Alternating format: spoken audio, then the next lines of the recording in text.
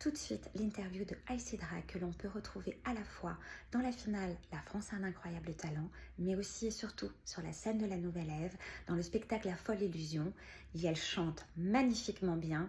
On va les applaudir parce qu'ils sont géniaux. Ce spectacle est incroyable, La Folle Illusion à Paris, une fois par mois. On chante, on danse, on a surtout une pêche incroyable. La bienveillance est de mise et surtout on y est bien. Donc allez-y, allez les encourager, allez les applaudir. Je vous garantis que vous allez passer un merveilleux moment. Bonjour, aujourd'hui nous avons la joie de vous présenter, et il va se présenter toute seule, je pense en plus qu'avec l'accent ça va être beaucoup mieux que ce soit lui qui se présente. Bonjour, donc je m'appelle Icy Dragon et je suis donc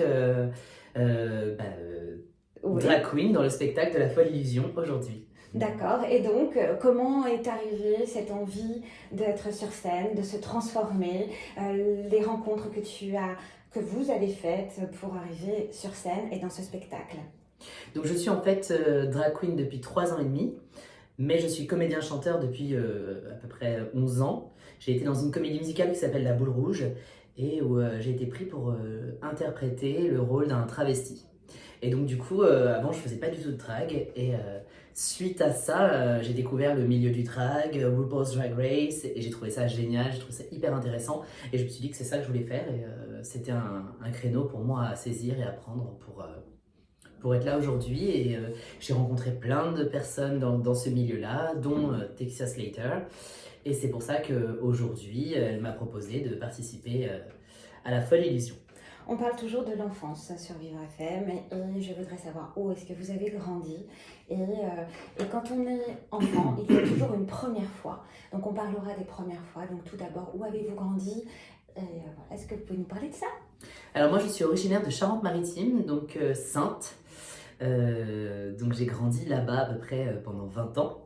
J'ai fait toutes mes études là-bas, le bac économique et social. Ensuite j'ai fait une école de coiffure où j'ai eu le CAP et le brevet professionnel, et ensuite je suis partie sur Paris. Très bien. Et donc la première fois que vous avez eu, quand vous étiez enfant, le sentiment que vous aviez envie de faire peut-être de l'art ou de vous retrouver sur scène? Alors en fait j'ai toujours chanté dans ma vie. Déjà petit, je faisais les karaokés. Je me souviens aussi pour l'anniversaire de Édouard Leclerc, en fait ma mère travaille là-bas. Et à l'époque, ils ont installé un grand karaoké dans le magasin et j'ai chanté une chanson qui normalement a été filmée. Voilà. Je stressais, mais en fait, j'avais tellement envie de le faire que ça allait au-delà du stress, donc j'y suis arrivée. La première fois, vous avez eu envie de vous maquiller? C'est vraiment récent en fait, hein. Vraiment le drag ça fait vraiment 3 ans et demi, et avant je n'avais pas l'idée de le faire et j'avais pas forcément l'envie non plus. Je connaissais pas et je comprenais pas trop pourquoi, à quoi ça pouvait servir. Et en fait là, depuis 3 ans et demi, je ne fais que ça quasiment tous les jours. Pour le travail. On parle des liens intergénérationnels sur Vivre FM, des grands-parents. Est-ce que vous avez eu la chance de connaître vos grands-parents? Et si oui, est-ce que vous pourriez nous en parler? Est-ce que vous étiez proche de l'un d'entre eux en particulier? Alors oui, j'ai connu mes grands-parents. Aujourd'hui, ils sont presque tous décédés. Il me reste un grand-père. Mais sinon, oui, je les ai connus, j'étais très proche d'eux et ils ont toujours accepté qui j'étais, en tout cas. Quelles sont les valeurs qu'ils vous ont enseignées et qui font que vous êtes aujourd'hui la personne que vous êtes? Alors après, c'est aussi mes parents. Hein. Bien donc sûr, oui, évidemment. Oui. Mais les valeurs, c'est le respect, déjà, le respect, tout court, de manière générale. La vérité, mentir, c'est quelque chose de mauvais et c'est quelque chose que je fais pas parce que c'est... Oui. De toute façon, par exemple, quand on fait une bêtise et qu'on ment en disant « Ah non, c'est pas moi qui l'ai faite », ça se sait toujours. Oui. Donc ça sert à rien de mentir et autant dire tout de suite « J'ai fait une bêtise, voilà, quitte à se faire fâcher, au pire, voilà, il peut pas nous arriver grand-chose derrière, au contraire, la franchise, c'est le plus important. Le respect et puis la gentillesse aussi. » Est-ce que vous vous voyez vieux avec des rides? Oui, je me vois vieux. Après, je trouve que déjà le temps passe très très vite. Là, j'ai déjà 34 ans et pourtant, dans mon corps, j'ai pas l'impression d'avoir 34 ans. Donc les choses arrivent tellement vite que j'ai déjà des cheveux blancs qui apparaissent, on fait avec, mais pas de souci. Est-ce que vous croyez au signe de la vie? Est-ce que peut-être même voilà, est-ce que vous avez déjà eu affaire à quelque chose d'un petit peu peut-être surnaturel ou pas? Où on vous a raconté des histoires un peu étranges? Alors oui, je crois au signe de la vie, effectivement, tout ce qui est ésotérique, c'est quelque chose qui m'intéresse, qui me fait pas du tout peur. Et au contraire, je trouve que ça fait partie de notre vie, ça fait partie un peu déjà du fait qu'on soit sur Terre, c'est magique, le fait qu'on soit tous là, avec tout ce qui a été créé, tout ce qui existe, enfin, ça va au-delà de quelque chose d'explicable.